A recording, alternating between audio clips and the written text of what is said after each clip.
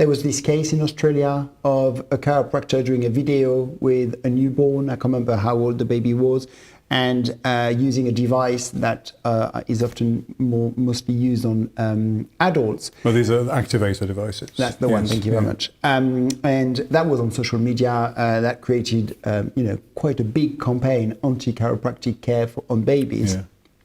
Because it was considered as being unsafe. So here, the concern was mostly around safety. And that led to the chiropractic profession in Australia making statements that manipulation should not be used on children under the age of 2. Yeah. So, that was, probably 7-8 years ago. I think something that might have triggered this whole restart of the discussion was last year. There was a systematic review that was published looking at the effectiveness of manipulation and articulation techniques, or mobilization, it's called in the paper, on a pediatric population. And effectively, they made some statements in there which were probably not exactly accurate, including that osteopaths use manipulations on babies, infants, and so.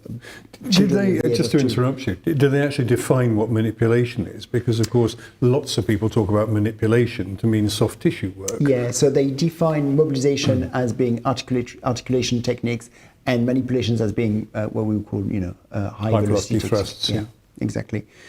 And then they looked at the literature and they found no evidence that mobilizations or manipulations would be effective for managing conditions within the pediatric population. So they looked at whatever was in the literature, but that included, for example, asthma, colic, and so forth. So sort of a plethora of conditions.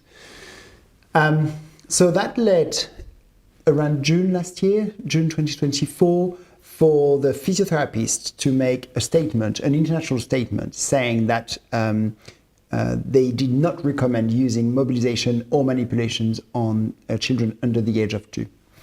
And following that, or not following the physiotherapists, but following the review, the chiropractors... Are we still in Australia now? So the physiotherapists, that was international statement for anywhere.